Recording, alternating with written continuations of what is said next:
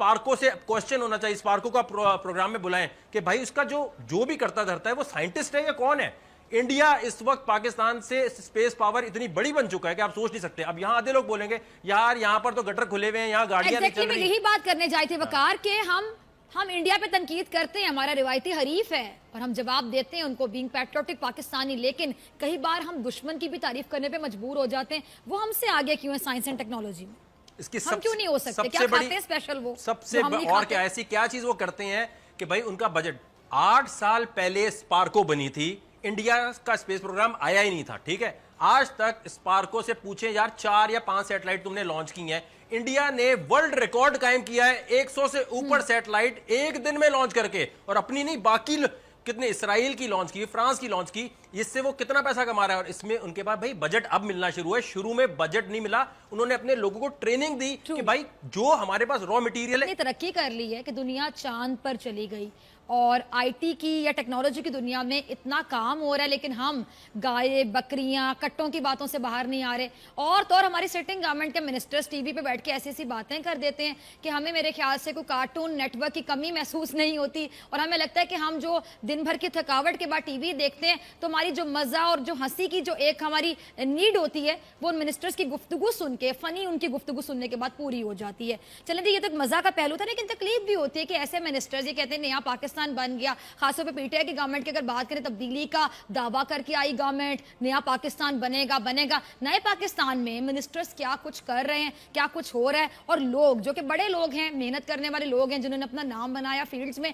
एक ऐसी शख्सियत हमारे साथ मौजूद है, किसी तारुफ के मोहताज नहीं है जी, बड़े सीनियर एंकर है वकार ज़का। में ये पाकिस्तान में टेक्नोलॉजी जो है ना, उसको तो भाई हराम हलाल के चक्कर में डाल दिया जाता है हमेशा। समझ आती नहीं है जिन लोगों का बैकग्राउंड ऐसा है, जिनको आप पता नहीं होती इस बात का। आप सोचे ना, जिस मुल्क में करप्शन करने के बाद ये कह दिया था 100 रुपए की करप्शन की है तो यार चल 20 रुपए देके छूट जा, और एक बंदे ने जहाज बनाया उसको पकड़ के FIR काट दी। मतलब टेक्नोलॉजी पे अगर ये अमेरिका में हुआ था, यही चीज सेम एग्जांपल दे रहा हूं। एलियन मास्क कितनी बड़ी एग्जांपल है, स्पेस एक्स का मालिक है वो, प्राइवेटली मतलब वो रॉकेट भेज रहा होता है। उसने एग्जैक्टली सेम चीज की थी अमेरिका में, नवेडा में जाके उसने रॉकेट के एक्सपेरिमेंट किए और बगैर इजाजत के किए, और इसके बाद उसको अमेरिकन गवर्नमेंट में सर पे उठा लिया। आज वो मार्स पे जाने की बात कर रहा है, और मार्स का टिकट आपको पता है $10 बिलियन का रखा है। भाई जिसने मार्स पे जाना है 5 साल बाद वो 35 स्टोरी का स्टारशिप बना रहा है, उसमें लेके चला जाएगा। मून टूरिज्म की बात हो रही है, इस साल वो एक बंदा लेके जा रहा है $50 मिलियन टिकट है उसकी। मतलब यहाँ चांद के टूरिज्म की बात हो रही है, यहाँ करतारपुर का मसला सही नहीं हो पा रहा होता इनसे कि भाई टूरिज्म संभालेगा कौन। जहाज बनाने वाले को अगर आप FIR की तरफ ले जाते हैं तो कितनी डीमोरलाइज बाकी कौम होगी। भाई ये चीज बना, कागज का जहाज भी नहीं बनाना, में साइंस एंड टेक्नोलॉजी में कुछ करना ही नहीं है। यहाँ सबसे बड़ा मसला सबसे बड़ा मसला यहाँ पर ये है कि IT की प्रोडक्ट के अलावा आप मुझे बता दें कोई एक प्रोडक्ट। स्पार्को से क्वेश्चन होना चाहिए, स्पार्को का प्रोग्राम में बुलाएं कि भाई उसका जो भी करता धरता है वो साइंटिस्ट है या कौन है। इंडिया इस वक्त पाकिस्तान से स्पेस पावर इतनी बड़ी बन चुका है कि आप सोच नहीं सकते। अब यहाँ आधे लोग बोलेंगे यार यहाँ पर तो गटर खुले हुए हैं, यहाँ गाड़ियां नहीं चल रही। यही बात करने जाए थे वकार के हम इंडिया पे तनकीद करते हैं, हमारा रिवायती हरीफ है और हम जवाब देते हैं उनको बीइंग पैट्रियोटिक पाकिस्तानी, लेकिन कई बार हम दुश्मन की भी तारीफ करने पे मजबूर हो जाते हैं। वो हमसे आगे क्यों है साइंस एंड टेक्नोलॉजी में? इसकी हम क्यों नहीं हो सकते? क्या खाते हैं स्पेशल वो सबसे और क्या ऐसी क्या चीज वो करते हैं कि भाई उनका बजट 8 साल पहले स्पार्को बनी थी, इंडिया का स्पेस प्रोग्राम आया ही नहीं था, ठीक है। आज तक स्पार्को से पूछे यार 4 या 5 सैटेलाइट तुमने लॉन्च की हैं। इंडिया ने वर्ल्ड रिकॉर्ड कायम किया है 100 से ऊपर सैटेलाइट एक दिन में लॉन्च करके, और अपनी नहीं बाकी कितने इसराइल की लॉन्च की, फ्रांस की लॉन्च की। इससे वो कितना पैसा कमा रहा है और इसमें उनके पास भाई बजट अब मिलना शुरू है। शुरू में बजट नहीं मिला, उन्होंने अपने लोगों को ट्रेनिंग दी कि भाई जो हमारे पास रॉ मटेरियल है इसको यूज करो। अब आप जरा फवाद चौधरी साहब की बात सुने। एक तो जब साइंस की नॉलेज नहीं होती तो बंदा कैसी बातें करता है। ये ऑन रिकॉर्ड बयान है उनका 3 महीने पहले, असद उमर साहब भी साथ बैठे थे। उन्होंने कहा हम आज बड़ी आपको खुशी से बता रहे हैं पाकिस्तानी एस्ट्रोनॉट 2020 में चांद पे जा रहा है। ठीक है, वो जा रहा है किसके रॉकेट में बैठ के?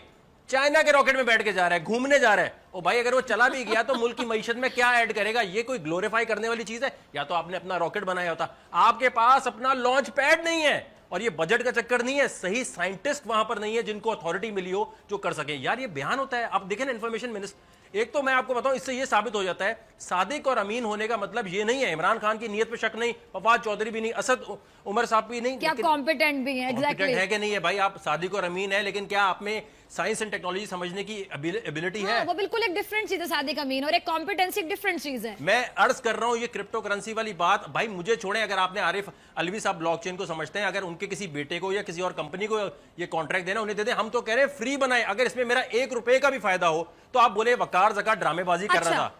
जी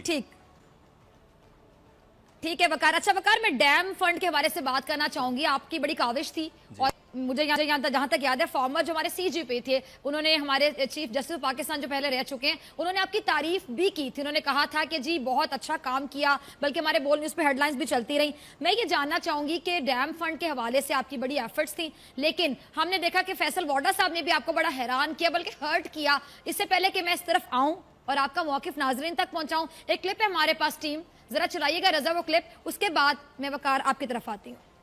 अच्छा जी, आपने सुना है कि जी विफाकी वजीर हैं ये आबी वसाइल के, फैसल वाडा साहब, हुकूमत का हिस्सा, और इस तरह की बातें कर रहे हैं प्रोग्राम में बैठ के। अच्छा मुझे बताइएगा कि वकार वो तो कह रहे हैं कि नकद अतीत ना दिए जाएं, अब अवाम किसकी सुने? अवाम को कंफ्यूज करने के मुतरातिब इस तरह का बयान, और एक वजीर की जानिब से फिर आप तो अपना पैसा लगा के, अगर मैं गलत नहीं हूँ, पता नहीं कहाँ गए इस डैम फंड के लिए।